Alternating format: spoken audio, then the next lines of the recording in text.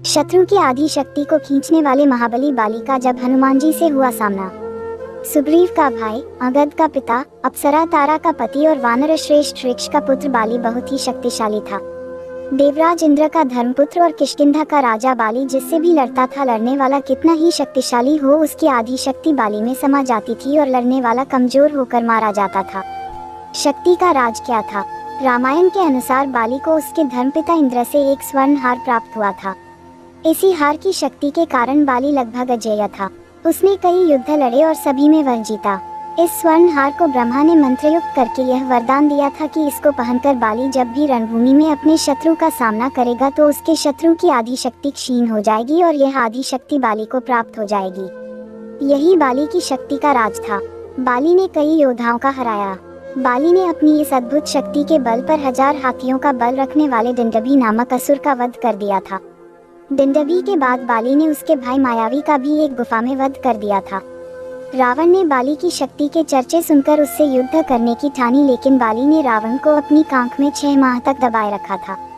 अंत में रावण ने उससे हार मानकर उसे अपना मित्र बना लिया था। राम भी बाली के सामने नहीं आए।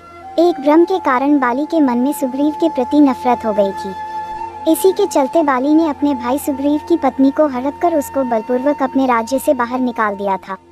हनुमान जी ने सुग्रीव को प्रभु श्री राम से मिलाया।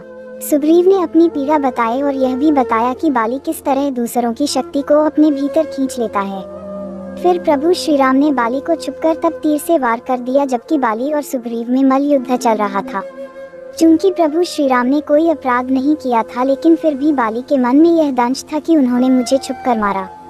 तब प्रभु श्री राम ने उसे वचन दिया कि तेरी यह पीड़ा दूर की जाएगी।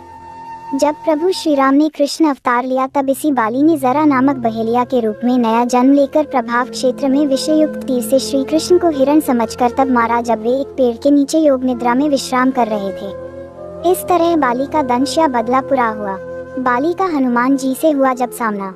हनुमान और महाबली बाली के सामने की हमें एक कथा मिलती है। बाली को इस बात का घमंड था कि उसे विश्व में कोई हरा नहीं सकता या कोई भी उसका सामना नहीं कर सकता। एक दिन की बात है, राम भक्त हनुमान वन में तपस्या कर रहे थे। उस दौरान अपनी ताकत के नशे में चूर बाली लोगों को धमकाता हुआ वन में पहुंचा और चिल्लाने लगा कि कौन है जो मुझे हरा सकता है? किसी ने माँ का दूध पिया है जो मुझसे मुकाबला करे? हनुमान जी उसी वन में राम नाम जप से तपस्या कर रहे थे। बाली के चिल्लाने से उनकी तपस्या में विघ्न हो रहा था। उन्होंने बाली से कहा, वानर राज आप अति बलशाली हैं, आपको कोई नहीं हरा सकता, लेकिन आप इस तरह चिल्ला क्यों रहे हैं? यह सुनकर बाली भड़क गया। उसने हनुमान जी को चुनौती थी और यहाँ तक कहा कि रे वानर, तू जिसकी भक्ति करता है मैं उसे भी हरा सकता हूँ। राम का मजाक उड़ता देख हनुमान को क्रोध आ गया है और उन्होंने बाली की चुनौती स्वीकार कर ली। तय हुआ कि अगले दिन सूर्योदय होते ही दोनों के बीच दंगल होगा। अगले दिन हनुमान तैयार होकर दंगल के लिए निकले ही थे कि ब्रह्मा जी उनके समक्ष प्रकट हुए। उन्होंने हनुमान को समझाने की कोशिश की कि वे बाली की चुनौती स्वीकार न करें, लेकिन हनुमान जी ने कहा कि उसने मेरे प्रभु श्री राम को चुनौती दी है। ऐसे में अब यदि मैं उसकी चुनौती को अस्वीकार कर दूंगा तो दुनिया क्या समझेगी, इसलिए उसे तो सबक सिखाना ही होगा। यह सुनकर ब्रह्मा जी ने कहा, ठीक है, आप दंगल के लिए जाओ, लेकिन अपनी शक्ति का 10वां हिस्सा ही लेकर जाओ, शेष अपने आराध्य के चरण में समर्पित कर दो। दंगल से लौटकर यह शक्ति फिर हासिल कर लेना। यह सुनकर हनुमान जी मान गए और अपनी कुल शक्ति का 10वां हिस्सा लेकर बाली से दंगल करने के लिए चल पड़े। दंगल के मैदान में हनुमान जी ने जैसे ही बाली के सामने अपना कदम रखा, ब्रह्मा जी के वरदान के अनुसार हनुमान जी की शक्ति का आधा हिस्सा बाली के शरीर में समाने लगा।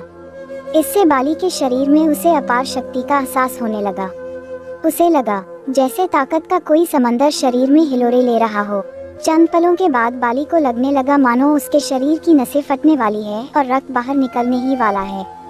तभी अचानक ही वहां ब्रह्मा जी प्रकट हुए और उन्होंने बाली से कहा कि खुद को जिंदा रखना चाहते हो तो तुरंत ही हनुमान से कोसों दूर भाग जाओ, अन्यथा तुम्हारा शरीर फट जाएगा।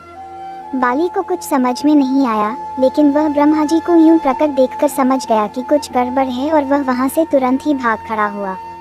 बहुत दूर जाने के बाद उसे राहत मिली, शरीर में हल्कापन लगने लगा। तब उसने देखा कि ब्रह्मा जी उसके समक्ष खड़े हैं। तब ब्रह्मा जी ने कहा कि तुम खुद को दुनिया में सबसे शक्तिशाली समझते हो, लेकिन तुम्हारा शरीर हनुमान की शक्ति का छोटा सा हिस्सा भी नहीं संभाल पा रहा है। तुम्हें मैं बताना चाहता हूँ कि हनुमान अपनी शक्ति का 10वां भाग ही लेकर तुमसे लड़ने आए थे। सोचो यदि संपूर्ण भाग लेकर आते तो क्या होता। बाली यह जानकर समझ गया कि मैंने बहुत बड़ी भूल की थी। बाद में बाली ने हनुमान जी को दंडवत प्रणाम किया और बोला, अथाह बल होते हुए भी हनुमान जी शांत रहते हैं और राम भजन गाते रहते हैं, और एक मैं हूँ जो उनके एक बाल के बराबर भी नहीं हूँ और उनको ललकार रहा था। मुझे क्षमा करें हनुमान। अगर आपको आज की कहानी अच्छी लगी तो वीडियो को लाइक करें और चैनल को सब्सक्राइब करें ताकि आपको ऐसी ही प्रेरणादायक कहानी चैनल पर मिलती रहे। तब तक के लिए धन्यवाद दोस्तों। जय श्री श्याम।